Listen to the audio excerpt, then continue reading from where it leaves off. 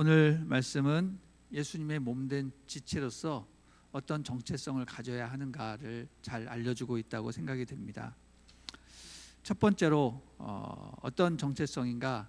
바로 우리는 하나님으로부터 사랑을 듬뿍 받고 있는 존재다라는 것입니다. 1절 한번 읽어보겠습니다. 시작. 그러므로 여러분은 사랑을 받는 자녀답게 하나님을 본받는 사람이 되고. 여러분, 우리가 아버지를 닮고 싶고 아버지처럼 살아가려면 아버지의 사랑을 많이 받아야 됩니다. 아버지의 사랑을 듬뿍 받은 자녀들이 아버지를 닮아서 아버지처럼 살고 싶게 되죠. 하나님은 우리에게 한없는 사랑을 부어주셨습니다. 그 사랑은 우리에게 천지 창조를 통해서 모든 아름다운 환경을 우리에게 주신 것으로 나타났고, 또 그분의 자녀로 태어났으며 또 그 아들 독생자 예수 그리스도를 받음으로 확증되었습니다.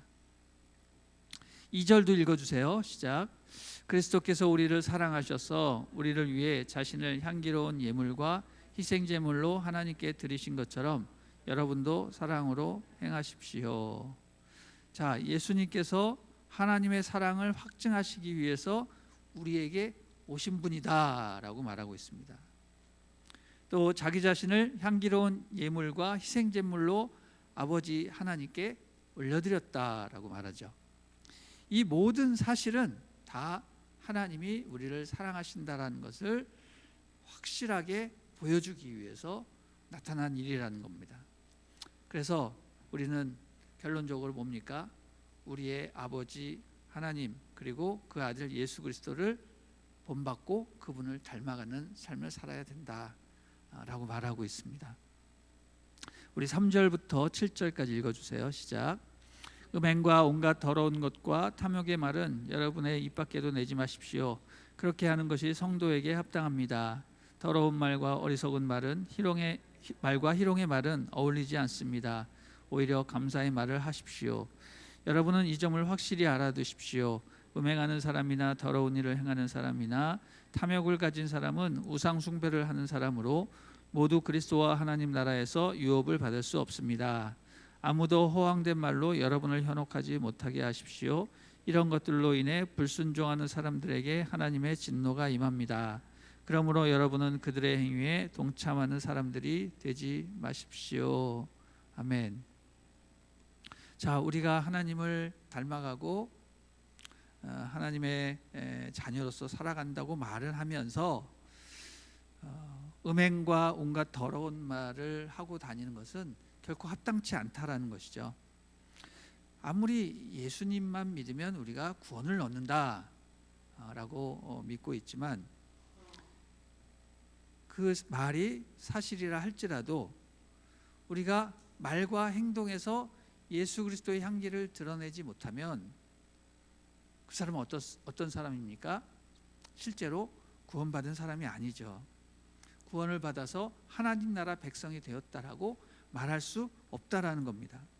5절에서 사도 바울은 이 점을 확실하게 얘기하죠. 음행하는 사람이나 더러운 일을 행하는 사람이나 탐욕을 가진 사람은 우상 숭배하는 자와 똑같다. 그래서 그는 결코 하나님 나라에서 유업을 받을 수 없다라고 단정하고 있습니다. 참으로 대조적이죠. 사도 바울은 로마서나 다른 서신서에서 예수 그리스도를 믿으면 구원을 얻는다. 다른 어떤 공로나 다른 거 다 필요 없다. 오직 예수님만 믿으면 구원을 얻는다라고 얘기를 하는데 또 여기에는 행위를 강조하고 있습니다. 음행하는 사람이나 더러운 일을 행하는 사람은 하나님 나라에서 유업을 받을 수 없다라고 얘기합니다. 여러분, 우리가 히브리서 우리 지난번 큐티할 때도 확인했지만 구원은 경험했지만 삶에서 그 구원을 믿음으로 화합하지 못한 사람은 하나님 나라에 들어갈 수 없다라는 것입니다. 과거 이스라엘 백성들이 출애굽이라는 그 구원을 경험을 했지만 그들의 광야 생활, 다시 말해서 그들의 일상이죠. 그 광야 생활에서 믿음으로 구원을 화합하지 못하면 어떻게 된다고요? 가나안 땅에 들어가지 못한다라고 했습니다. 바로 그것과 똑같은 것입니다. 그래서 우리는 믿음으로 우리가 구원을 경험한 것을 우리 삶 가운데 믿음으로 화합해야 돼요. 그래야 하나님 나라에 가서 하나님 나라 백성이 될 수 있다라는 겁니다. 우리는 믿음으로 우리의 삶을 지켜야 됩니다. 말과 행위에서 그리스도의 향기가 드러나야 됩니다. 세상에 헛된 말로 우리를 구원으로부터 멀어지게 하는 사람들을 멀리하고 그들을 오히려 대적해야 됩니다. 그들과 가까이 보내면 안 되는 이유는 행여 그들이 심판받을 때 우리도 거기에 연루된 자가 되어서 함께 멸망받을 수 있기 때문에 그들을 멀리하라고, 그들의 행위에 동참하는 사람들이 되지 말라라고 말하고 있습니다. 자, 우리 8절부터 14절 또 읽어주시기 바랍니다. 시작. 여러분이 전에는 어둠이었지만 이제는 주 안에서 빛입니다. 빛의 자녀들답게 사십시오. 빛의 열매는 모든 선함과 의로움과 진실함에 있습니다. 여러분은 주를 기쁘시게 할 것이 무엇인지를 분별하십시오. 여러분은 열매 없는 어둠의 일에 상관하지 말고 오히려 그것을 꾸짖으십시오. 그들이 은밀히 행하는 일들은 입에 담기조차 부끄럽습니다. 그러나 책망을 받는 모든 것들은 빛에 의해 드러납니다. 이는 드러나는 것마다 모두 빛이기 때문입니다. 그러므로 이렇게 말씀하셨습니다. 잠자는 사람이여 깨어나라. 죽은 사람 가운데서 일어나라. 그리스도께서 내게 비치시리라. 아멘. 자, 두 번째로 오늘 본문이 말하고 있는 우리들의 정체성은 우리가 어둠이 아니라 빛이라는 것입니다. 성경은 우리를 빛의 자녀라고 표현을 하는데, 여러분, 우리가 빛의 자녀라고 해서 우리가 그 빛의 발광체는 아니죠. 하나님은 빛을 발하시는 분이시지만 우리는 빛의 발광체가 아니라 반사체라고 말할 수 있습니다. 하나님이 비추시는 빛을 우리가 받아서 우리도 밝아지고, 밝아진 우리를 통해서 다른 사람들이 그 빛을 보는 것이죠. 빛의 반사체입니다. 어둠 가운데서 그 빛을 반사하는 역할을 하는 겁니다. 여러분, 빛을 받으면 어떻게 됩니까? 환하게 드러나죠. 저는 오늘 이 본문 말씀을 묵상을 하면서 이 지구상의 가장 대표적인 반사체인 달을 좀 생각하게 되었습니다. 여러분, 우리가 달을 좀 자세히 보면, 특히 보름달이 떴을 때 그 달의 표면을 이렇게 자세히 보면 달 표면에 무슨 곰보빵 같은 그런 수많은 그 어떤 구멍이나 큰 얼룩들이 이렇게 보이는 것을 보게 됩니다. 그것은 우주에서 날아온 수많은 운석들이 부딪혀서 생겨난 것인데, 그 크기가요 엄청나게 큽니다. 뭐 한반도 크기만한 것도 있고. 그래서 달을 보면 그냥 밝지만 않아요. 거기에 여러 얼룩들이 있단 말이죠. 또 달은 빛을 반사하기 때문에 태양처럼 강렬한 빛이 아니라 온화한 빛입니다. 한마디로 달을 보면 그 얼굴이 참으로 온화한데 여기저기 곰보투성이라는 거죠. 실제로는 달은 어떤 거냐, 아주 온화한 얼굴빛을 품고 있지만 실제로는 수많은 상처를 갖고 있는 그런 지구의 영원한 친구다, 그런 생각을 하게 됩니다. 그래서 그런지 달을 이렇게 막 쳐다보고 있으면 마음이 따뜻해지는 것을 느끼게 되죠. 저 달은 내 마음을 알아주겠지. 내가 보고 있는 저 달을 내가 사랑하는 그 사람도 저 멀리서 이 시간 같이 바라보고 있겠지. 뭐 이런 정말 한없이 멜랑콜리하고 또 로맨틱하고 센티멘탈한 그런 문학 소년이 되는 거죠. 여러분, 빛이란 무엇입니까? 빛에는 강력한 소독 작용이 있기 때문에 그 빛이 쬐면 병마가 떠나가고 또 균들이 죽어서 상처가 치유되고 그 빛 에너지가 우리에게 전이됨으로 말미암아 우리가 소생되는 것을 이렇게 경험하게 됩니다. 그래서 우리나라는 잘 모르겠어요. 제가 호주에서 선교 훈련 받을 때 호주 선교사 출신들은 감기에 걸리면 우리 같이 약을 먹고 침대에 누워 있는 게 아니라 우통을 벗어 제끼고 해변가에 가서 태양볕을 일광욕을 해요. 그게 감기를 낫게 하는 방법이라는 거예요. 예. 그럼 정말 신기하게 다 감기들이 낫더라고요. 이처럼 빛은 상처와 아픔을 드러내고 그리고 그 상처를 치유하는 능력이 있습니다. 그리고 그 상처는 빛에 의해서 결국 치유되어서 뭐만 남습니까? 흔적이 남죠. 이거를 스티그마라는 그런 단어를 쓰기도 합니다. 영광의 상처, 흔적, 예수님의 그 십자가 상흔, 스티그마라고 하죠. 그런 것처럼 그것이 남게 되는 겁니다. 여러분, 예수님께서 부활하신 이후에 그 상흔을 제자들에게 보여줬더니 제자들이 눈물을 흘리며 감동을 받고 하나님의 아들임을 인정하는 역사가 있었습니다.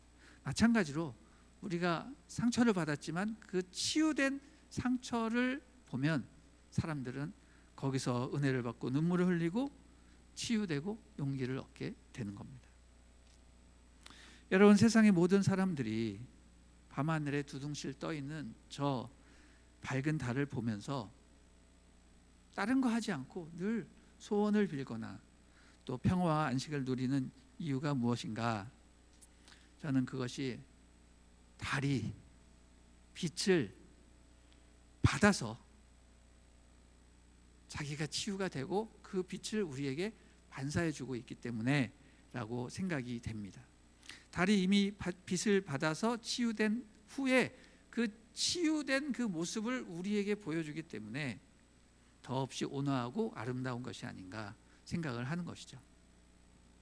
우리도 저 밤하늘을 빛내는 달처럼 하나님으로부터 빛을 받아서 치유받은 그런 사람들이라는 겁니다. 이제 치유된 우리는 그 상처를 사람들에게 보여줌으로 말미암아 그들도 치유되고 회복될 수 있도록 해야 한다. 이게 바로 헨리 나우엔이 말한 상처 입은 치유자의 개념이죠.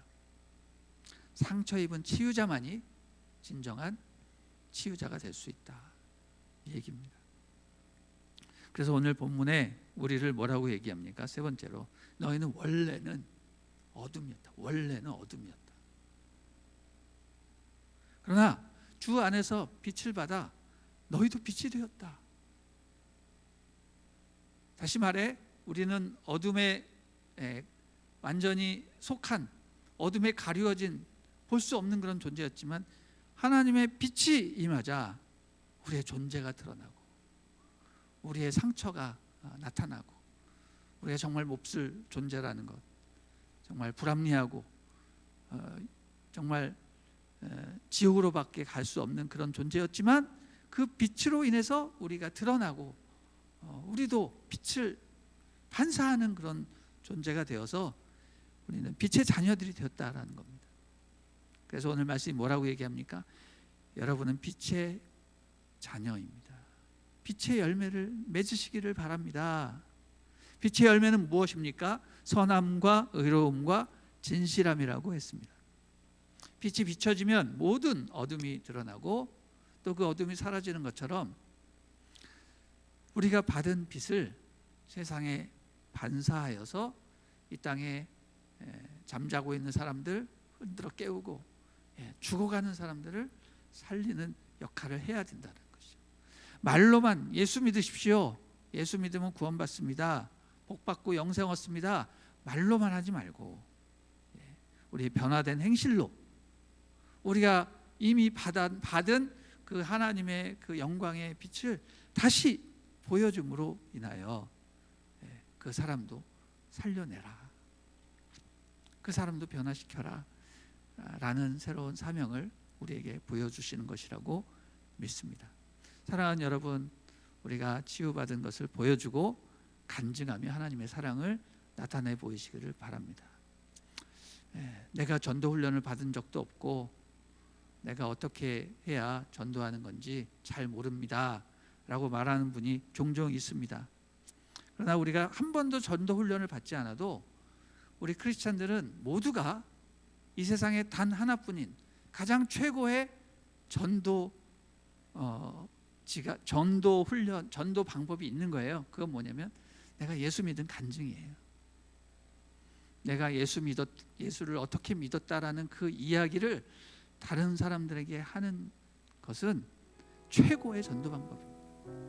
뭐 전도 폭발이니 뭐 다리의 요한이 뭐 사형이니 그런 거 막 달달 외워가지고 하는 것보다 여러분이 내가 어떻게 예수님 만나서 거듭난지를 여러분의 이야기로 하면 가장 강력하고 가장 확실하고 또 가장 100% 설득력 있는 그런 간증이 되는 겁니다. 그게 뭐예요? 보여주는 거예요. 내가 받은 빛을 반사하는 거예요. 달처럼 우리에게 온화하지만 강력한 치유의 광선을 비춰주는 것입니다. 우리가 그렇게 할 때 이 어둠에 빠진 세상은 서서히 밝아지게 될 것입니다. 그리고 하나님의 나라가 이 땅에 임하게 될 것입니다. 오늘도 하나님께서 비추시는 그 영광의 빛을 다른 세상 모든 사람들에게 반사함으로 하나님께 영광 돌리는 삶을 사시는 우리 모두가 되기를 주님의 이름으로 축원합니다.